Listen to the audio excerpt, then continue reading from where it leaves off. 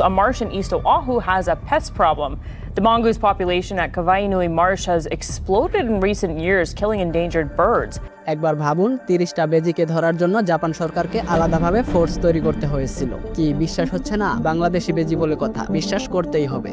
Japan সরকার বাংলাদেশ থেকে 30টা বেজি নিয়ে যায়, আর পরবর্তীতে এই 30টা বেজি জাপানের জন্য হুমকি হয়ে ওঠে। মাত্র 30টা বেজি গোটা জাপানবাসীর ঘুম কেড়ে নিয়েছিল, আর এটা ছিল জাপানের ইতিহাসে এক বিরল ঘটনা। কিন্তু জাপান সরকার এই বেজিগুলোকে কেন নিয়েছিল, আর কিভাবেই বা মাত্র 30টা বেজি এত শক্তিশালী হয়ে ওঠে? ভয়ঙ্কর এই ঘটনার আত্মবান্ত জানতে হলে আমাদেরকে কয়েক দশক পেছনে ফিরতে হবে। সাল 1979। তখন জাপানের আমামি ওশিমা দ্বীপে এক ধরনের ভয়ঙ্কর সাপ বসবাস করত, যার নাম হাবু সাপ। এই হাবু সাপ ছিল খুবই বিষাক্ত এবং আক্রমণাত্মক। 2 মিটার লম্বা এই সাপগুলোকে তখন জাপানের মানুষ অভিশাপ মনে করত, কারণ এই হাবু সাপ দ্বীপের পোষা প্রাণী থেকে শুরু করে দূর দূরান্তে বসবাস করা মানুষদেরকেও আক্রমণ করত। বছরে কয়েক হাজার মানুষ মারা যেত এই সাপের আক্রমণে। একটা সময় পরিস্থিতি এতটাই খারাপ হয় যে সেখানকার মানুষ দিনের বেলাতেও ঘর থেকে বের হতে পারতো না। এই হাবু সাপ মানুষকে আক্রমণ করার জন্য দিন বা রাত কোনো কিছুই দেখতো না। সেখানকার মানুষকে সারাক্ষণ আতঙ্কে থাকতে হতো। বছরের পর বছর এভাবেই চলতে থাকে, কিন্তু এভাবে তো আর সারা জীবন চলতে পারে না। তাই সেখানকার মানুষ একটা সময় ভাবতে শুরু করে এর জন্য কিছু একটা করতেই হবে।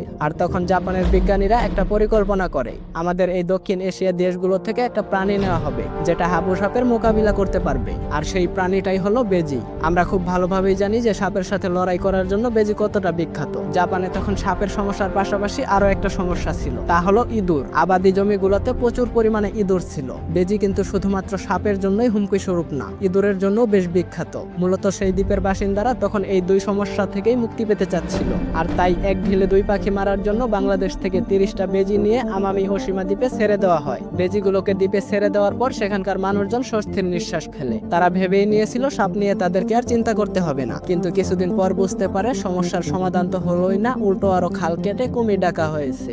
তারা ভেবেছিল বেজির ভয়ে সাপগুলো পালিয়ে যাবে অথবা বেজিগুলো সাপগুলোকে মেরে ফেলবে, কিন্তু সাপ আর বেজি কখনোই একে অপরের মুখোমুখি হলো না। দিনের বেলা বেজির সাথে সাপের দেখাই হতো না, কারণ সাপেরা নিশাচর প্রাণী, আর বেজিগুলা শিকার করতে বের হতো দিনের বেলায়। এক সমস্যা থেকে আরেক সমস্যার যাত্রা শুরু হয় ঠিক এখান থেকেই। সময়ের সাথে দ্রুত গতিতে বেজির সংখ্যা বাড়তে থাকে, আর দ্বীপে বসবাস করা অন্য সাধারণ উপকারী প্রাণীগুলোকে খাদ্য হিসেবে বেছে নেয়। দ্বীপের ছোট ছোট পোকামাকড় থেকে শুরু করে সেখানে বসবাস করা সব পাখিদেরকে খেতে শুরু করে। সবচেয়ে বেশি ক্ষতিগ্রস্ত হয় সেই দ্বীপের খরগোশ। তারা ঠিক বেজির এতটাই আক্রমণের শিকার হয়েছিল যে বর্তমানে ওই দ্বীপে খরগোশের কোনো অস্তিত্বই নেই, অথচ বেজিগুলোকে নেওয়া হয়েছিল সাপ মারার জন্য। সাপ তো মারা হলোই না, উল্টো আরো দ্বীপের জীববৈচিত্র্যের জন্য অভিশাপ হয়ে দাঁড়ায়। তাদের আগ্রাসী আচরণে দ্বীপের পরিবেশের ভারসাম্য নষ্ট হতে থাকে।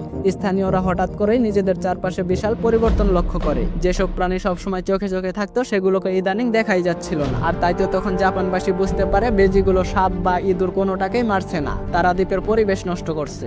এত কিছুর পরেও কি তারা চুপ থাকতে পারে? না, আর না। আর তাই তো তখন শুরু হয় আরো এক নতুন যুদ্ধ। এবার যুদ্ধ বেজির সাথে মানুষের। 2000 সালের শুরুর দিকে এক নতুন অভিযান শুরু করা হয়।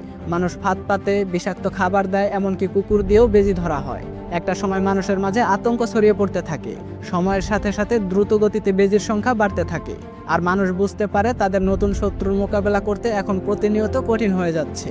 জাপানের সরকার অবশেষে এই মহাবিপদের গুরুত্ব বুঝতে পারে, আর তাই 2000 সালের শুরুতে তারা অপারেশন বেজিমুক্ত ঘোষণা করে।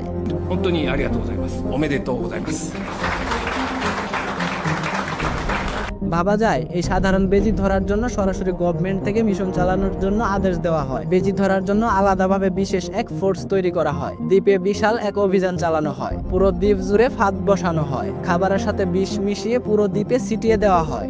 এমনকি বেজি ধরার জন্য ট্রেনিং প্রাপ্ত কুকুর দিয়েও অভিযান চলতে থাকে। প্রতি রাতে দলটা দ্বীপের বিভিন্ন অংশে অভিযান চালাতে থাকে, আর বছরের পর বছর এভাবেই অভিযান চলতে থাকে। অবশেষে 2018 সালে জাপান সরকার ঘোষণা করে যে আমামি ওশিমা দ্বীপ এখন সম্পূর্ণ বেজি মুক্ত। কিন্তু আসল ঘটনা কি তাহলে এখানেই শেষ? না, দুঃখের সাথে বলতে হয় যে দীর্ঘ 25 বছরের এই যুদ্ধে বেজির সাথে মানুষ হয়তো ঠিকই জয়লাভ করেছে, কিন্তু বেজিগুলো দ্বীপের যে পরিমাণে ক্ষতি করেছে তা হয়তো কোনোদিনই পূরণ হবে না। আসলে প্রকৃতির সাথে আমরা যখন লড়তে যাই তার ফলাফল কতটা ভয়াবহ হতে পারে তা আমরা আবারও দেখতে পেলাম। আমাদের মনে রাখতে হবে যে প্রকৃতির ভারসাম্য রক্ষা করা আমাদের দায়িত্ব, আর এটাকে নষ্ট করা মানে হলো ভবিষ্যতে আমাদের নিজেদের বিপদ নিজেরাই ডেকে আনা। সবশেষে একটা কথাই বলবো যে আমাদের মনে রাখতে হবে প্রকৃতির শক্তি সবসময় মানুষের চাইতে বড়, আর আমরা কখনোই প্রকৃতির সাথে লড়াই করে পেরে উঠবো না।